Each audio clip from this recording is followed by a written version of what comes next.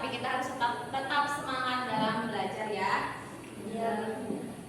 Sebelum memulai pembelajaran, mari kita berdoa terlebih dahulu. Silakan dipimpin oleh ketua kelas. Di tempat duduk siap gerak. Sebelum belajar, marilah kita berdoa terlebih dahulu. Berdoa dimulai.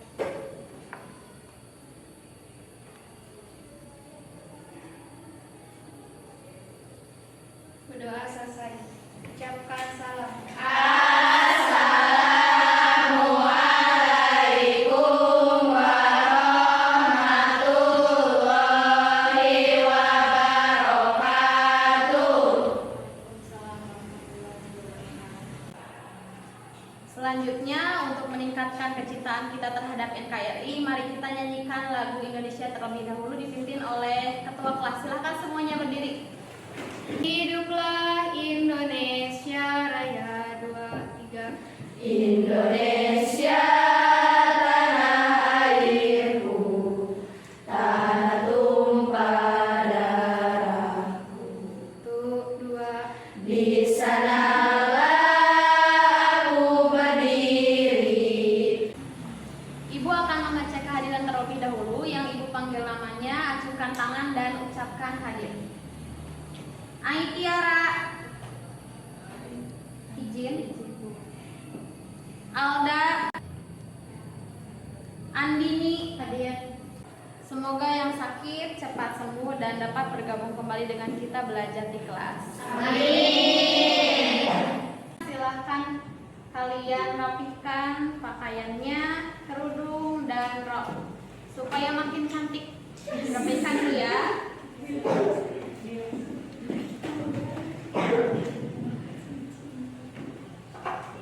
Yang sudah rapi boleh duduk kembali. Pada minggu sebelumnya kita sudah mempelajari tentang pengertian dan ciri teks apa? Ceramah. Ada yang masih ingat apa itu pengertian dan ciri teks ceramah? Ceramah adalah berbicara di depan umum yang berisi ajakan, perintah, atau tentang ilmu pengetahuan. Ceramah ada 2 jenis, yaitu khutbah dan pidato. Kalau khutbah sifatnya lebih bersifat keagamaan, kalau pidato sifatnya lebih persuasif.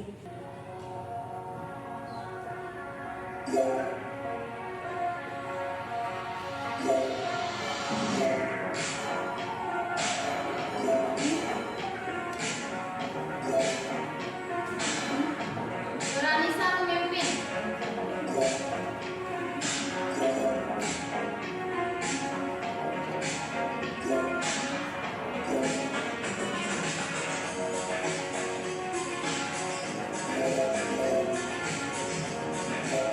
Tiba naik dan memimpin. Bagaimana soal pretestnya? Mudah bukan?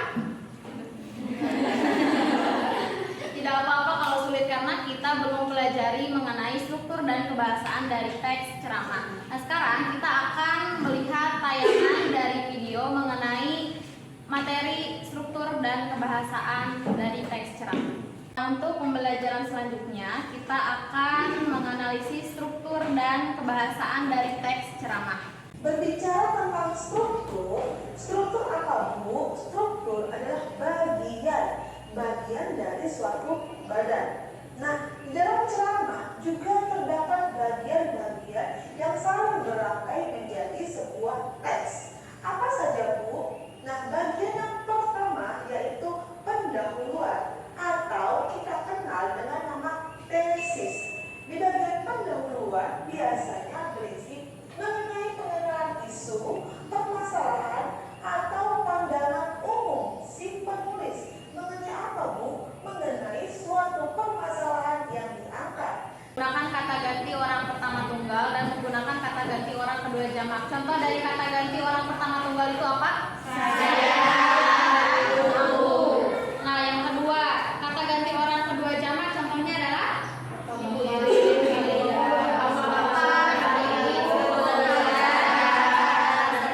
Itu kaidah kebahasaan yang pertama. Kita mulai ya. 1, 2, 3. 9.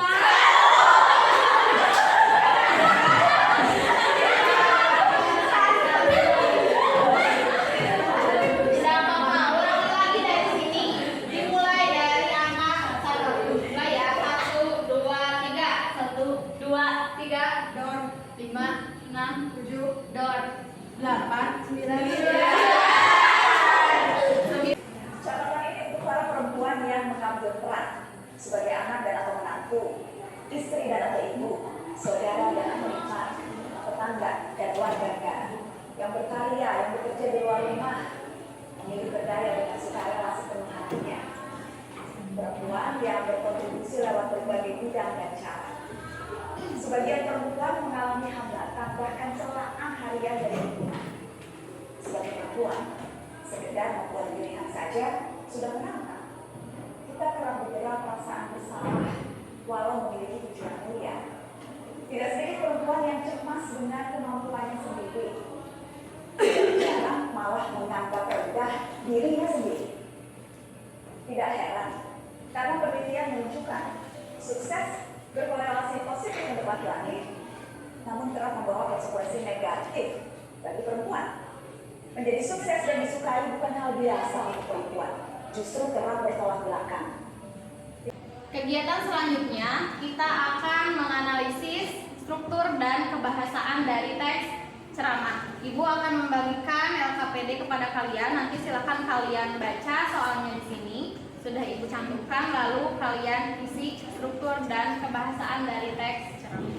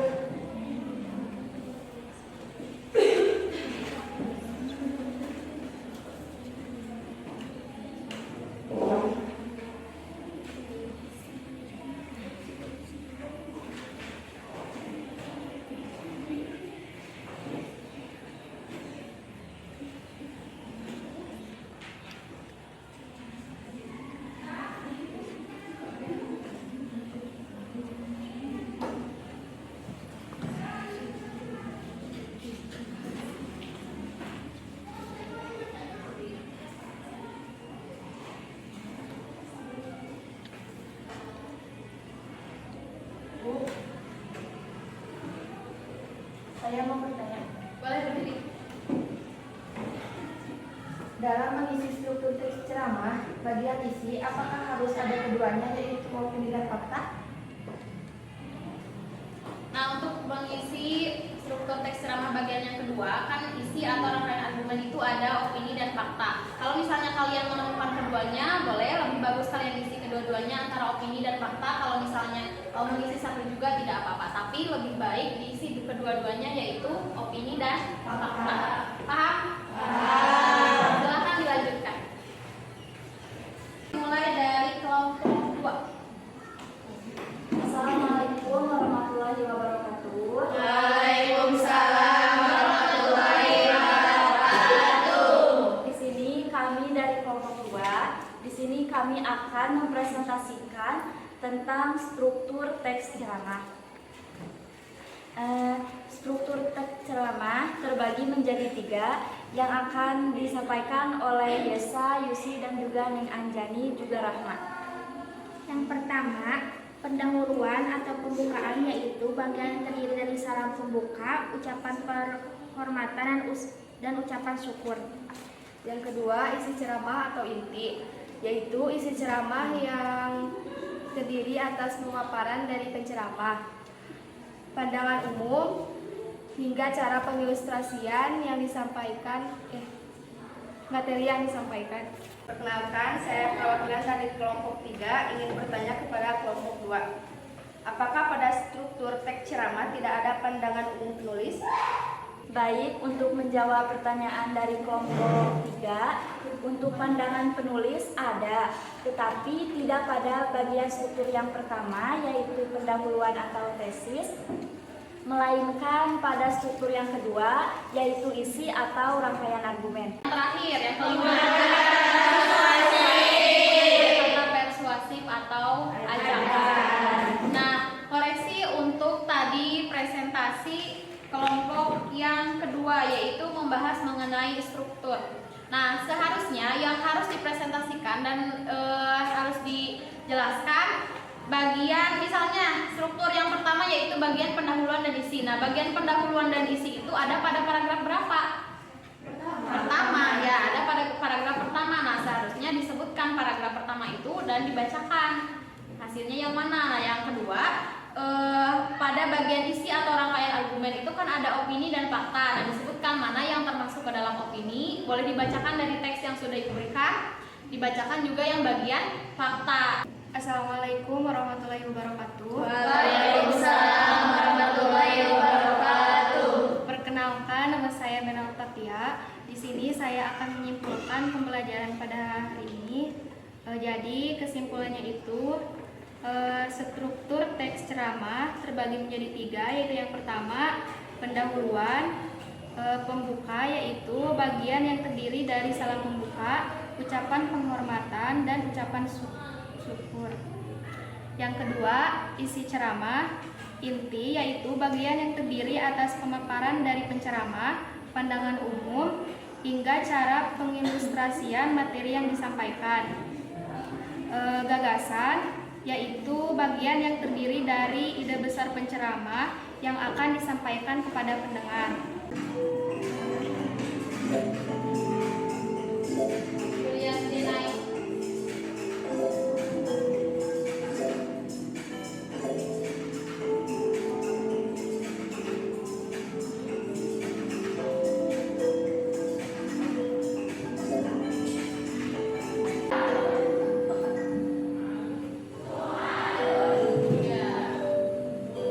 Yang pertama Ismi, yang kedua Yulia, yang ketiga Nifa.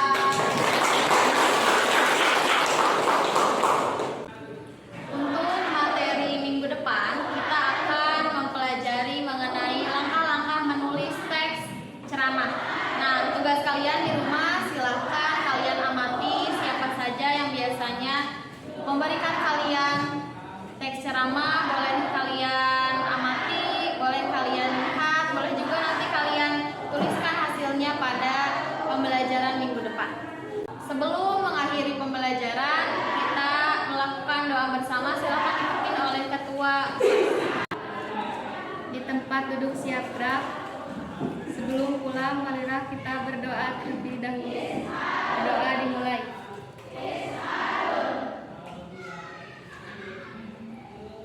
Berdoa selesai. Ucapan salam.